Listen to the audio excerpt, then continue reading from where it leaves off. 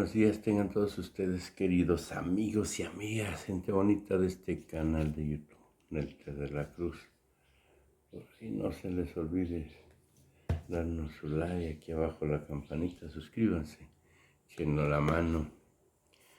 Pues otra conferencia hoy es viernes, el cuerpo lo sabe. Vámonos, es viernes. Vamos a empezar, ¿qué les parece? ¿Listo? Porque hay que salir a chambear. Se tardó la reunión de seguridad, muchos temas. Además vamos a salir de gira, vamos a la montaña de Guerrero, pero no tenemos ninguna exposición, de modo que vámonos a las preguntas. Tenemos, sí, Amir, nada más uno. Gracias, señor presidente. Muy buenos días. El día de ayer mencionó que en el viaje que hará en el Consejo, para participar en el Consejo de Seguridad de la ONU, uno de los temas relevantes iba a ser el combate a la corrupción. En México tenemos el Sistema Nacional Anticorrupción, que se supone que coordina a los actores sociales y a las autoridades de los distintos órdenes de gobierno a fin de prevenir, investigar y sancionar la corrupción. Sin embargo, este órgano ha estado, digamos, un poco olvidado y desocupado por la ex secretaria Irma Heréndira.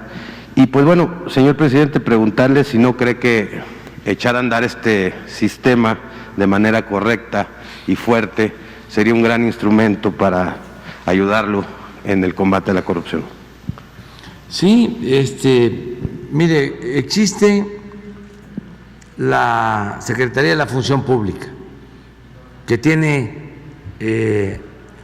esa tarea, cuidar que no haya corrupción. Y lo mismo en el Poder Judicial, más que nada en el Ejecutivo, pero en la Fiscalía existe una Fiscalía Anticorrupción que tiene autonomía, que es independiente, y están trabajando tanto la Función Pública como la Fiscalía Anticorrupción de la Fiscalía General de la República. ¿Y sobre el sistema específicamente? Sí, creo que podría iniciarse. Todo esto es herencia todavía de el periodo neoliberal, de cuando se simulaba que se combatía la corrupción y se pensaba en crear aparatos. Se creó este Consejo Anticorrupción, incluso la misma Fiscalía Anticorrupción, pero cuando se crearon estas oficinas, estos organismos, la corrupción no se consideraba como delito grave, porque en el gobierno de Salinas se reformó el Código Penal para que la corrupción no fuese delito grave. Una de nuestras reformas fue orientada a que la corrupción sea considerada un delito grave y que quien lleva a cabo actos de corrupción no tenga derecho a fianza. Eso ya está en la Constitución. No estaba, pero ya habían hecho los órganos y no había sanción para quienes cometían ilícitos, quienes robaban el erario. Entonces, nosotros estamos trabajando básicamente con la función pública, que es lo que corresponde al Ejecutivo. Pero esa corrupción, presidente, se sigue generando mucho en los municipios y en los estados. Sí. Digamos, se escudan mucho en que es recurso municipal, en que es un recurso propio, y de repente, ahorita que vimos salir muchos alcaldes de sus administraciones y entran nuevos alcaldes, empezamos a ver destapes de pues, los 5,000 aviadores y las obras mal hechas y cosas por el estilo. Sin embargo, señor presidente, no los castigan, y eso es, a mi punto de vista, creo que al punto de vista de muchos, pues algo que afecta demasiado a la credibilidad de que se está combatiendo la corrupción, y por eso traigo el tema del combate del Sistema Nacional Anticorrupción, en donde participan ciudadanos con las autoridades, y que se supone que el fin es investigarlos y sancionarlos. Y pues si no funciona, pues ¿para qué está ahí también? Entonces, pues a ver, señor presidente, aunque sea un delito grave en este momento, pues, por ejemplo, si hay algún dato de algún funcionario que ya haya sido castigado por corrupción y que le hayan aplicado esta reforma que impulsaron. Sí, es que primero se tiene que tomar en cuenta que existe independencia de los poderes en los estados, hay autonomía, existen en los estados también fiscalías anticorrupción, se crearon en el sexenio pasado, pero pues no han dado resultado. Hay que buscar pues que funcionen, y esto es labor de los ciudadanos, que tienen que denunciar cada vez más. En el caso de los delitos federales, nosotros todo lo que es corrupción se combate y se presentan denuncias a la Fiscalía, y hemos presentado pues yo creo que unas 200, 300 denuncias a la Fiscalía Anticorrupción, a la Fiscalía General. No se protege a nadie. Ahora, si me dice quiénes han sido sancionados por corrupción, podríamos darlo a conocer, podríamos informar, porque no solo es el castigo a servidores públicos, hay órdenes de aprehensión contra actuales servidores públicos, sino también de particulares, por ejemplo, los factureros, los que cometen delitos fiscales, se presentan denuncias, porque si no nosotros seríamos cómplices, pero sí podemos presentar, y es muy buena tu pregunta, precisa, quiénes han sido sancionados o quiénes están acusados por corrupción en lo que corresponde a nuestro gobierno, en lo que corresponde a delitos federales. Entonces le voy a pedir a Jesús que con la Secretaría de la Función Pública se dé a conocer sobre todas las denuncias que están en la Fiscalía. En mi otro tema, señor presidente, usted ha referido al aspiracionismo que padecen algunos sectores como una fórmula falsa que genera individualismo rampón, egoísmo, clasismo y racismo. Ese desprecio que se ve muy seguido hacia las personas que tienen menos oportunidades, que incluso hasta satanizan los programas sociales dirigidos a impulsarlos y ayudarlos, ¿no? En lugar de darles la mano, ¿no? y ser solidarios, pues hace unos días atrás en redes sociales vimos un claro ejemplo de esto con un famoso conferenciante de nombre Carlos Muñoz.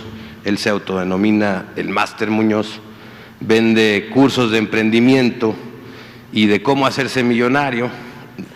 Y bueno, durante una conferencia empezó a humillar y denigrar a un mesero que trabajaba en el salón, ¿no? Y me gustaría, si me lo permite, poner el audio de cómo lo hizo. Este güey que está ahí parado, que está trabajando aquí, que le agradezco mucho tu trabajo, está ahí y no está aquí sentado porque no tiene el hambre, güey. Porque si él hubiera ahorrado los últimos 3 meses, hubiera pedido el día de hoy y se hubiera sentado aquí. No, él no tiene hambre, él está cómodo donde está. Y puede regresar dentro de 20 años y puede estar en el mismo puesto él. Y esa es la vida, ¿eh? La vida es así. Y bueno, esta clase de actitudes y de, digamos, que incluso se imparten como para ser millonario, como si fuera un requisito ser déspota, soberbio y humillar a otras personas para ser millonario. Me llama la atención que en este sentido, presidente, no haya todavía actuado la CONAPRED y bueno, pedirle su opinión al respecto y si hay manera de, pues, bueno, alertar, que ya a lo mejor ya lo se está haciendo ahorita, de este tipo de personas que, pues, bueno, pues venden una clase de cursos o de humo, digamos así, en donde en el lugar se imparte también discriminación y este tipo de actitudes a la gente que trabaja y que sostiene al país, porque al final son los que realmente sostienen al país y los que menos oportunidades pues han tenido. Pues sí, es toda una corriente de pensamiento. Cuando hablo de Cuadri o de Calderón o de Salinas o de Diego, de Fox, etcétera, etcétera, pues no estoy obcecado en cuestionarlos a ellos. Es que así como ellos piensan, y son libres, y también esto aplica para los periodistas y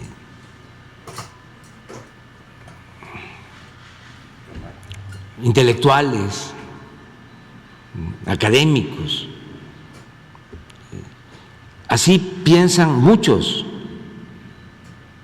Es un pensamiento extendido, histórico,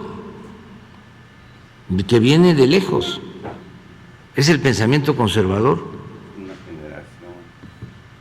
Tiene un fundamento. O sea, unos nacen para hacer fortuna, son afortunados, y otros para vivir en la pobreza.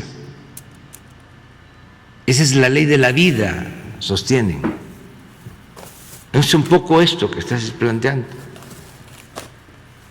Pero no es esta persona, o sea, es mucha gente que piensa así y se alimenta de este discurso y pueden hasta pagar para irlos a ver o a escuchar y se sienten muy bien, pero está en todos los niveles. Acuérdense de Jorge Castañeda cuando se refiere a Putla, Oaxaca.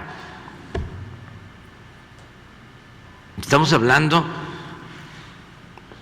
de una gente que yo creo que tiene doctorado, que se formó en el extranjero,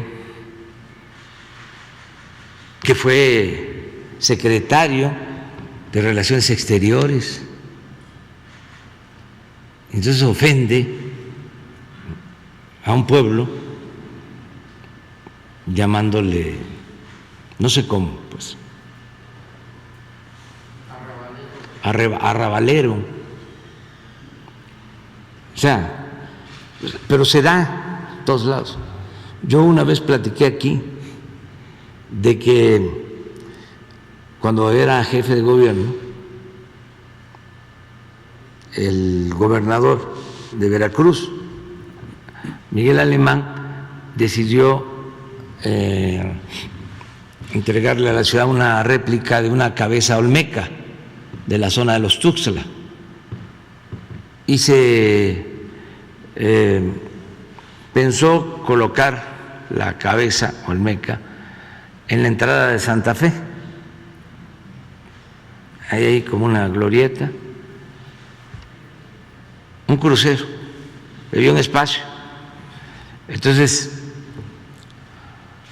sabiendo de este pensamiento, de cómo son, porque los tengo estudiados, los conozco, que se ofenden de todo, se irritan, di la instrucción: vamos a que nadie se estacione ahí, vamos a caminar y vamos a hacer el acto nada más donde está la cabeza olmeca, porque es un cruce.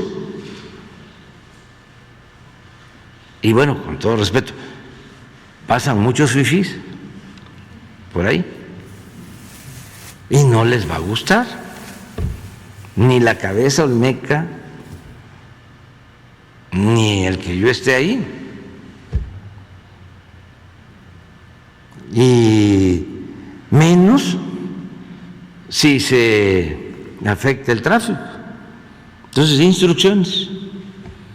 Entonces empieza la ceremonia, empieza el gobernador de Veracruz, Miguel Alemán, a hablar sobre la importancia de la pieza y por qué le entregaba a la ciudad la réplica y todo, pero se tardaba y se tardaba. Y yo ya quería que terminara el acto porque pasaban los carros. Y ya íbamos terminando, cuando de repente pasa una señora con una camioneta de lujo y baja el cristal y me ve así lejos y me grita: Andrés Manuel, eres un naco. Es eso, es un pensamiento extendido.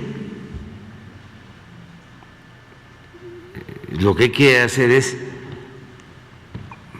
pues, entenderlo, no engancharse en pleitos, ser tolerantes y, como decía Facundo Cabral, pobrecito mi patrón, piensa que el pobre soy yo. O sea, eso es así. Que los vayan a castigar, pues son muchos, pero además tienen derecho.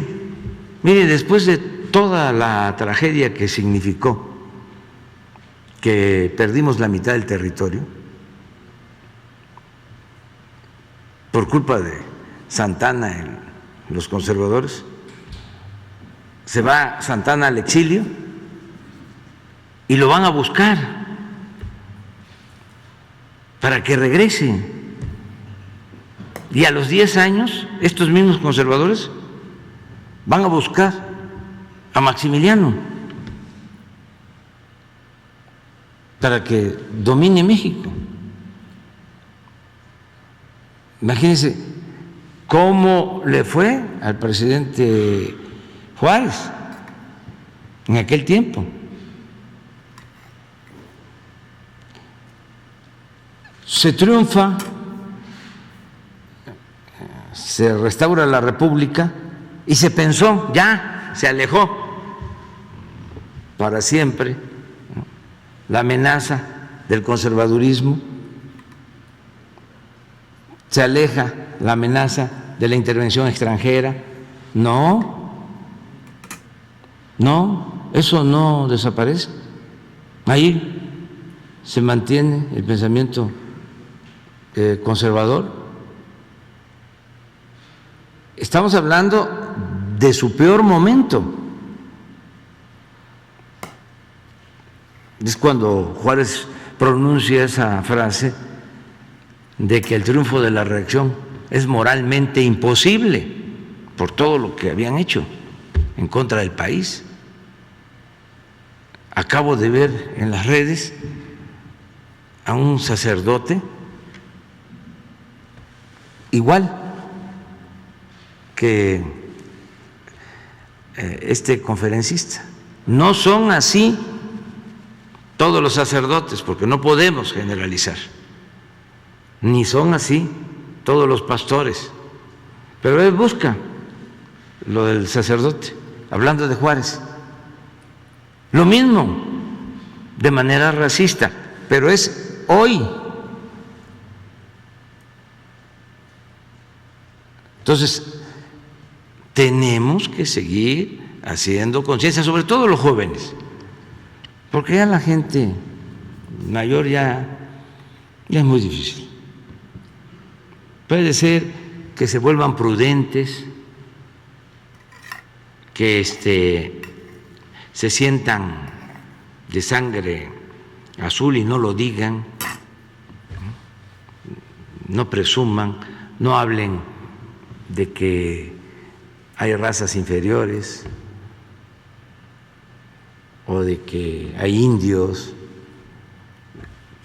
que se reserven, pero al interior van a seguir con lo mismo. Yo también he comentado aquí de un intelectual hasta vinculado a nosotros, que un artículo en La Jornada llegó a usar la frase lamentable de que no tiene la culpa el indio, sino el que lo hace compadre. Imagínese, escritor, académico del más alto nivel, supuestamente progresista, de izquierda, es un periódico tan comprometido con la lucha social como La Jornada.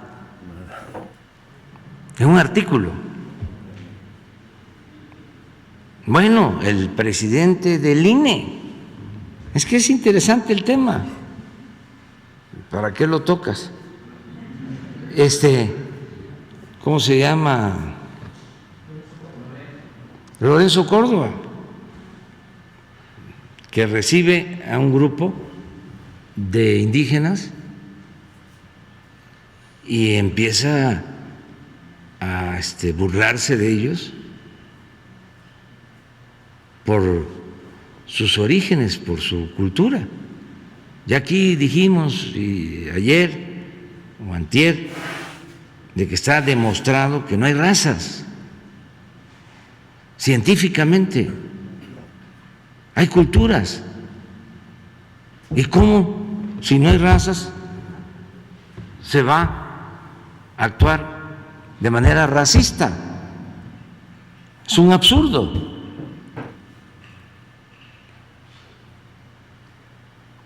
Tiene que ver con este pensamiento conservador de buscar ser superiores. A eso me refiero cuando hablo de aspiracionismo. No es para ofender a nadie. Es que tú tienes que salir adelante, tú tienes que triunfar a toda costa, sin escrúpulos morales de ninguna índole. Y el que tiene, vale. El que no tiene, no vale nada. Y la verdad, en donde está la mayor reserva de valores culturales, morales, espirituales, es en los pueblos, en las familias.